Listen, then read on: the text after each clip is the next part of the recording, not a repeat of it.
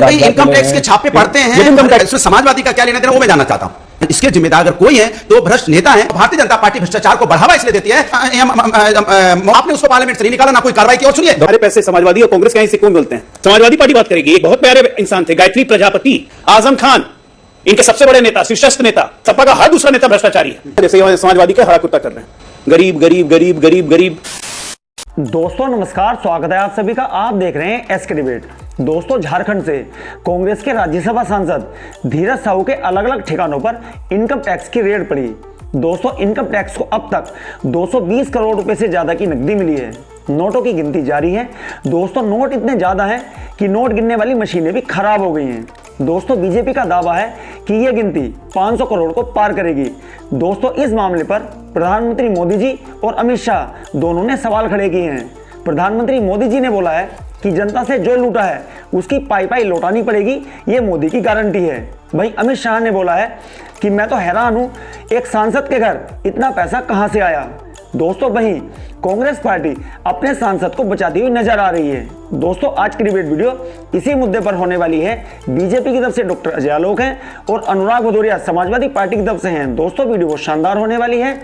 आपसे अनुरोध है वीडियो को अंत तक जरूर देखें। वीडियो पसंद आए तो लाइक करें, शेयर करें, कमेंट करें और मेरे चैनल को सब्सक्राइब करें। चलो दोस्तों, मेन डिबेट स्टार्ट करते हैं। चलिए शुरू करते हैं। क्या आप ये स्वीकार डॉक्टर अनुराग भदौरिया दिल पर हाथ रखकर करते हैं कि हाँ, हमारी पार्टी में भी ऐसे लोग हैं जो भ्रष्ट हैं और समाजवादी पार्टी, सुन लीजिए, समाजवादी पार्टी में ऐसा कोई व्यक्ति नहीं है। समाजवादी पार्टी सामाजिक न्याय की बात करती है, विकास की राजनीति करती है।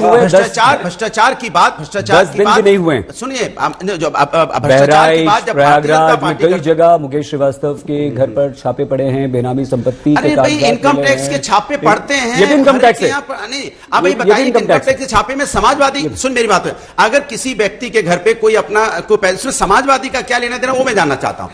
समाजवादी की सरकार है, क्या समाजवादी की सरकार चल रही है? अरे सरकार से क्या होगा? भ्रष्ट कमाल की बात कर रहे हैं। समाजवादी की सरकार है क्या उसने बोला कि सरकार चल रही, सरकार का हमने दुरुपयोग किया?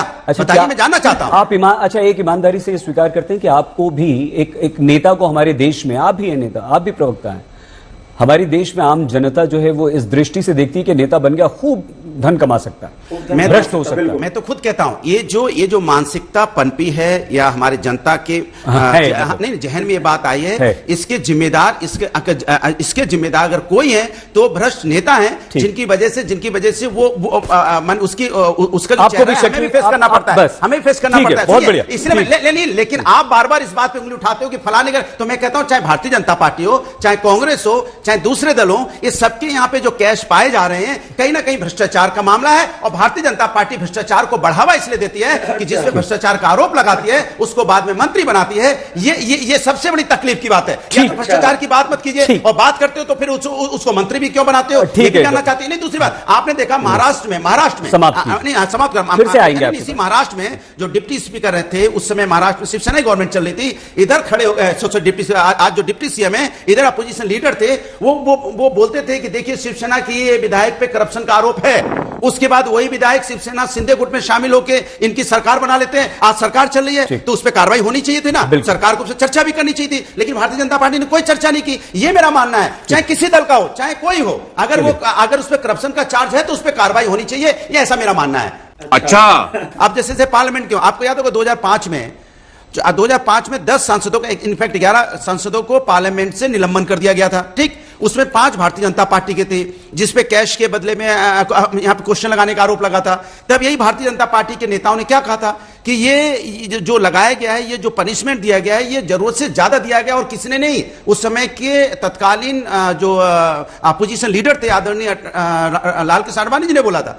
और आज जब इन्होंने सदस्यता रद्द की महुआ मोइत्रा की विपक्ष के, तो हमने सवाल उठाया, तो आज क्या उनके साथ खड़े क्या जो आदरणीय लाल कृष्ण आडवाणी जी ने बोला था जब सदस्यता उनकी 6 की रद्द हुई थी कि ये ज्यादा पनिशमेंट हो गया, तो क्या आप ज्यादा पनिशमेंट नहीं हुआ महुआ मोइत्रा का? दूसरी बात, उसी सदन के अंदर में रमेश बिदुड़ी खड़े होकर राष्ट्र का अपमान करता रहा, संसद का अपमान करता रहा, पार्लियामेंट भवन का अपमान किया और पूरे संविधान का अपमान किया। आपने उसको पार्लियामेंट से नहीं निकाला, ना कोई कार्रवाई की। और सुनिए, जब 10 संसद निकले थे, जब जब 10 पार्लियामेंट, यहाँ पे बात चर्चा क्या हो रही है? उसी पे आ रही है, मानसिकता पे आ रही, बीजेपी की सोच पे आ रही है। 10 सांसद निकले थे, उसमें 6 बीजेपी के थे। सुन लीजिए, कांग्रेस का 1 था, वहां पे बीएसपी के 3 थे, 1 आरजेडी का था। मतलब 10 सांसद जब निकाले गए थे तो एक नजर से देखा गया था, और 10 के 10 जो पाए गए थे 10 के 10 निकाले गए थे। यहाँ रमेश बिदुड़ी को आप नहीं निकालते हो, महुआ मोत्रा को निकालते हो, तो ये आप एक नजर से नहीं देख रहे हो, इसके मतलब आप चश्मा बदल बदल के देख रहे हो, ये गलत है।